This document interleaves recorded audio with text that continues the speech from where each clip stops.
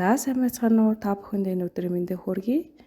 За өнөөдөр оффист суугаа ажилтай мөн хүзүүгээр хөшдөг, толгой дэшээ хөөрдөг тиймэр хүмүүс зориулан хүзүүний сонголтын дасгалыг төлөвлөж байна. За дасгалыг хийхдээ өдөрт 2-3 удаагийн давтамжтай 20 секундээр барьж хийх байгаа шүү. Дасгал хийхдээ биеэ аль болох сууд айлгаж, амьсгалаа хамраараа аваад амаараа айжуухан гарган дасгалаа хийн. За эхний дасгал нь толгоогоо 2 гараараа доош нь дарж өгөн барина 20 секунд.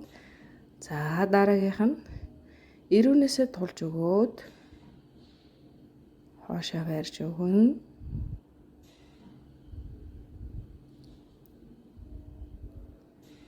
За мөн дараагийнх нь зүүн дэшээ толгоогоо эргүүлэн мөрлүүгөө ихц харна. Баруун дэшээ мөн адилхан энэ үйлдэлийг давтна. За дараагийн дасгал маань толгой дээгүүрээ гараа дагуулan хаажуу дэш нь дарж өгөн дарахдаа эсрэг талын гарыг нуруундаа барилуулан авнаа.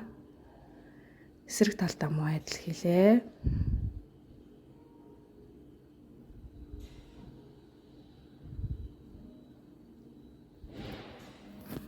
За дараагийн дасгал нь толгойн ард гараа авч өгөөд эсрэг талын гараар тухайноос барин татаж өгнө.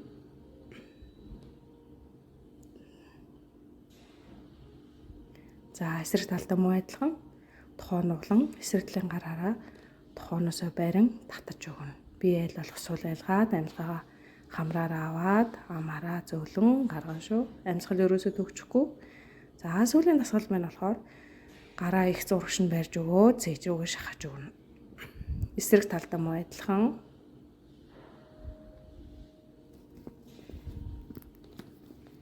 За өнөөдөр та бүхэнд энэ дасгалыг төлөвлүүлээ. Та бүхэн өдөр болгон идэвхтэйгээр энэ дасгалыг хийх юм бол хүзүү хөшөх, дэшээ хөөрөх, мөн толгой өрөх, дотор муу харахын зөвөөс бас мөн урьдчилан сэргийлж чадах болно.